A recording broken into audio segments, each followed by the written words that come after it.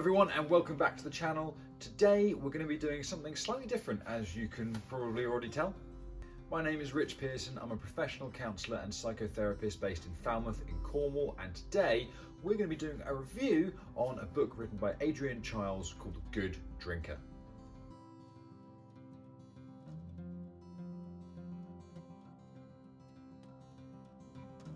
So, as some of you guys can see, this is obviously a different setting from the last few videos that I've done, which were also all based pretty much around counselling, psychotherapy, and other similar mental health kind of things. And we're not straying too far away from that topic, but what I felt like doing today was something slightly different, and also I was looking at ways that I could make this channel have a bit more longevity, because once you've gone through all the basic stuff about counselling and contracting and confidentiality and stuff like that, and there's still more of that to come, then you kind of run out of stuff that's sort of worth talking about. And I want to keep doing this because I am actually enjoying doing these daily blogs at the moment. I'm not going to keep it up. It's not going to be a daily blog every day for forever. There's nothing anywhere near like enough interesting about me to talk about to keep that going for that long. But I am going to try and go sort of weekly after this January is done. And so I was thinking of other things that I could do, and one of the things I've always really enjoyed doing is reading books, watching films, TV shows and stuff, and I kind of like reviewing those things as well. So I wanted to start today by reviewing a book that I've recently just finished reading, which, as I said in the opening bit, was The Good Drinker by Adrian Chiles. So I've literally just read this book, and it's only recently been published, I believe, and one of the interesting things about the way that I read it was I didn't actually technically read it. I listened to it on Audible. This is not a promotion for Audible or anything like that, but I do love Audible. It is really good, and I really enjoy the recommendations that it gives me and stuff. Now, I'm a counsellor, so I do listen to a lot of books on psychotherapy and mental health and philosophy and stuff like that. And but one of the things I hadn't really listened to too much or read much of is things about addiction. Now, The Good Drinker is not, as it were, a book about addiction. It's a book about drinking. Chiles does use the term addict relatively sparingly throughout the book. Now, just a little bit of background, because I've jumped ahead a little bit here, but for those who don't know, Adrian Chiles is a TV presenter in Great Britain. He is a sports pundit, as it were. He's a very successful British TV personality, and I've only ever seen him like doing the One Show and stuff. I'm not a big football fan, so I don't really watch, you know, Match of the Day or any of that kind of stuff. But he's one of those people who's just, he's got a really nice kind of presence on TV, and he's got a really, really calming kind of voice. His voice is very sort of relaxed, and I feel very soothing. Some people might have a different way to describe it, but I kind of, as a person, I've always kind of looked at him and gone, I feel like I could have a pint with that guy. I never knew until reading this book that he had what he himself would have characterised as a pretty serious drinking problem at some various points in his life.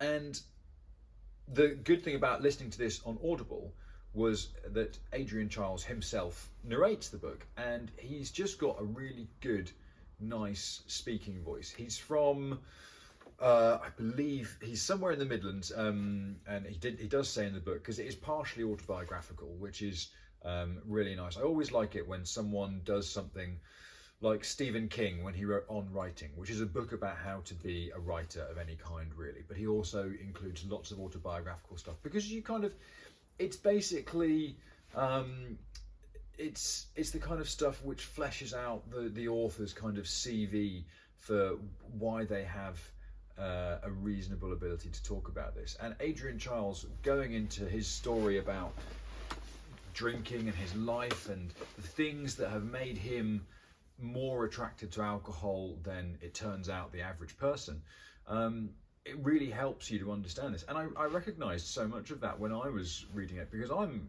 a pretty big drinker. I'm not going to sugarcoat that or anything. I know I drink more than the average person, and there's certainly been points in my life when I've wondered whether I was an alcoholic or not.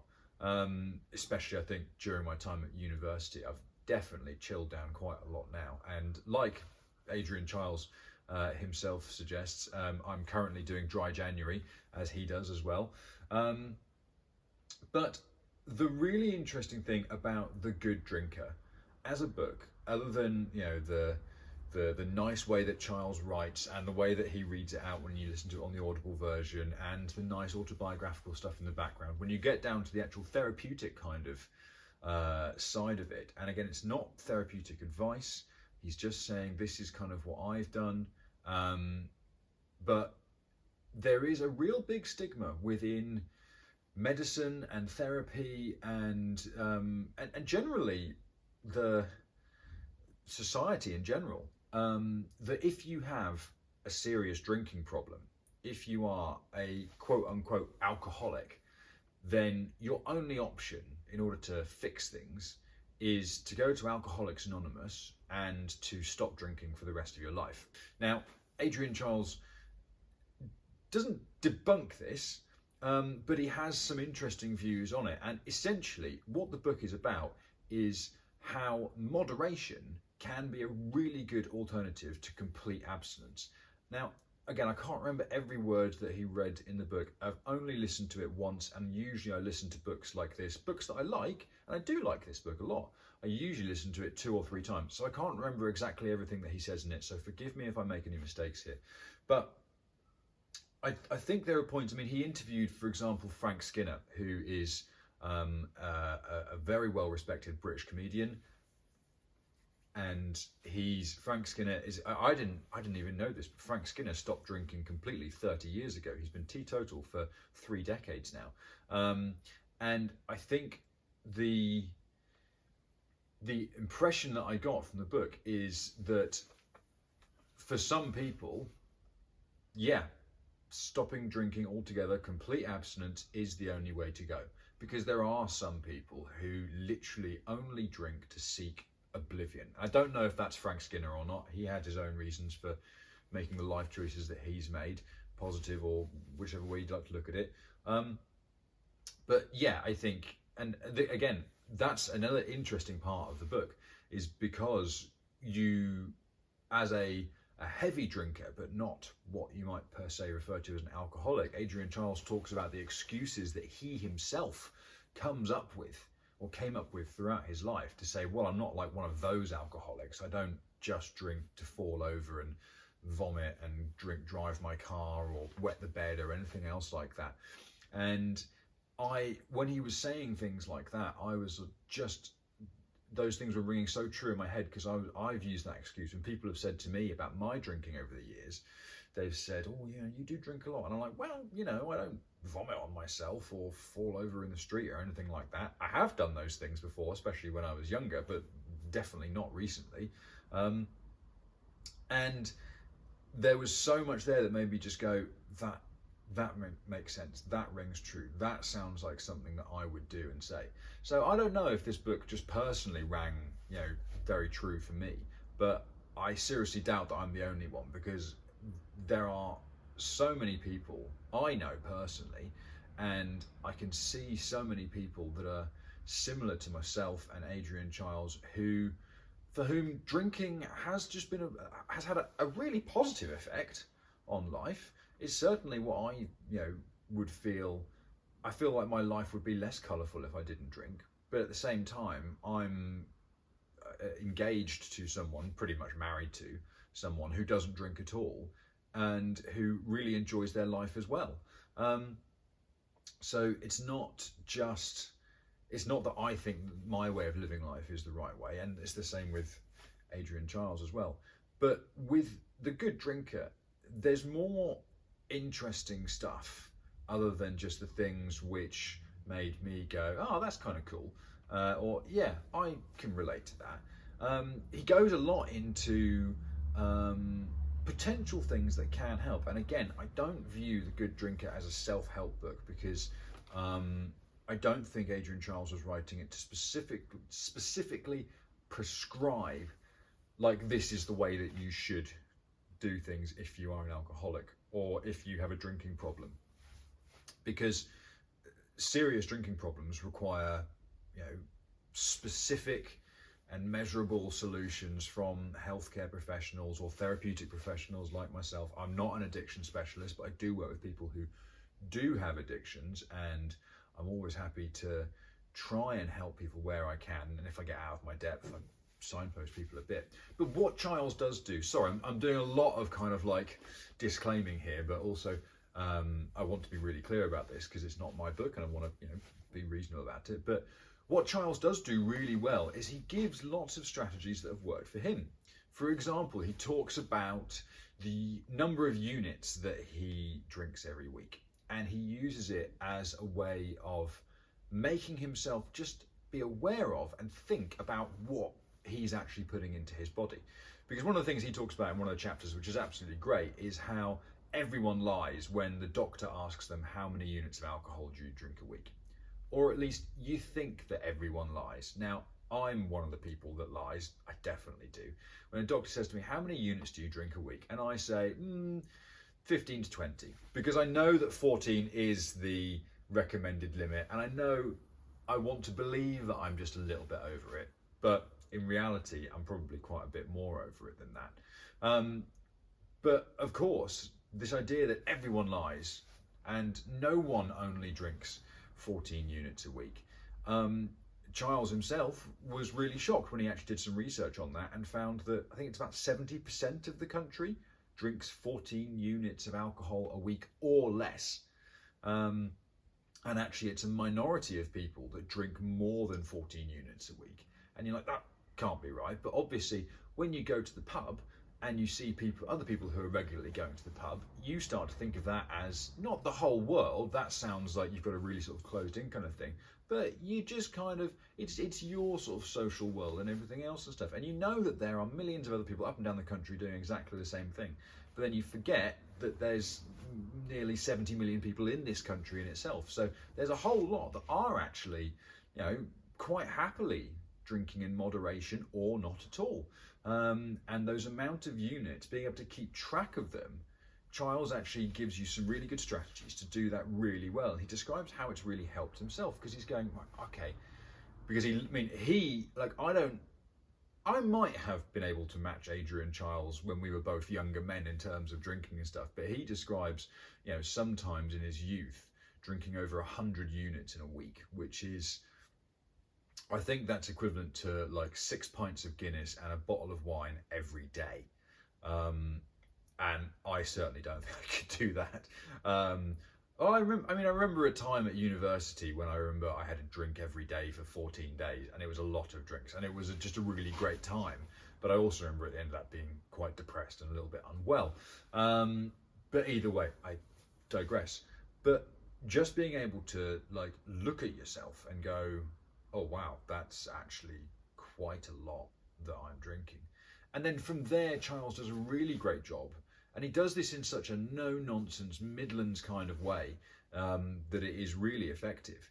When he looks at the percentage of drinks that he actually needed, wanted, or enjoyed. That's the phrase that he keeps using. How many pints did I have that I needed, wanted, or actually enjoyed?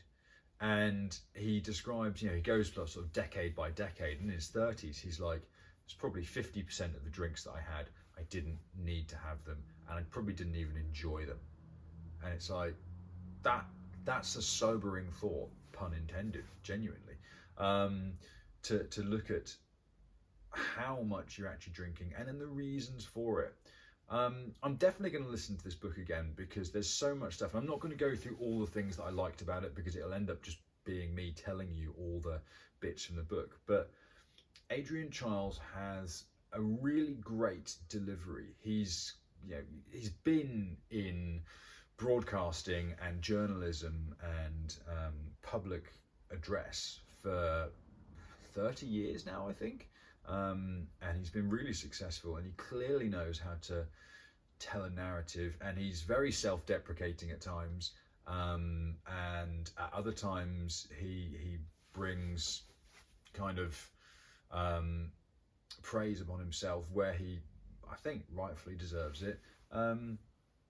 And yeah, I really enjoyed the book. And as a therapist, it's definitely a book that I would recommend. I did recommend it to a lot of my mates because I've got lots of friends that drink and I still drink as well.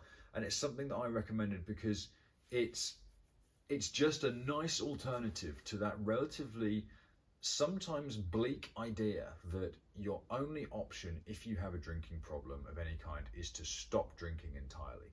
I think moderation is a really useful and overlooked tool in any kind of therapeutic change. I mean, the late great Alan Carr of The Easy Way to Stop Smoking, which is another book that I have read and I'm going to review as well, and which Adrian Chiles had a few choice words for in The Good Drinker. I think near the start he talks about another of Alan Carr's books about the easy way. I think it's called The Easy Way to Stop Drinking.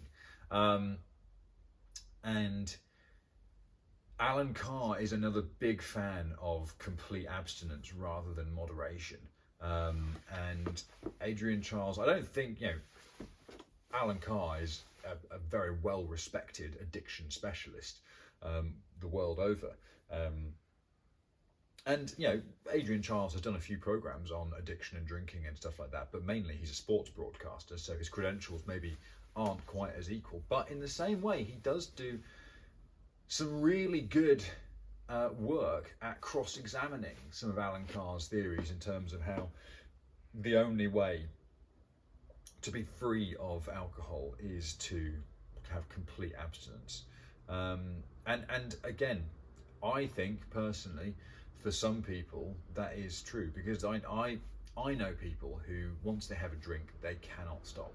And some people will have that first drink at 10 o'clock in the morning and then they'll go all day and will get themselves into unpleasant and embarrassing and sometimes really sad situations. And for all those people, actually the drink isn't their friend and it can't be reasoned with and moderated.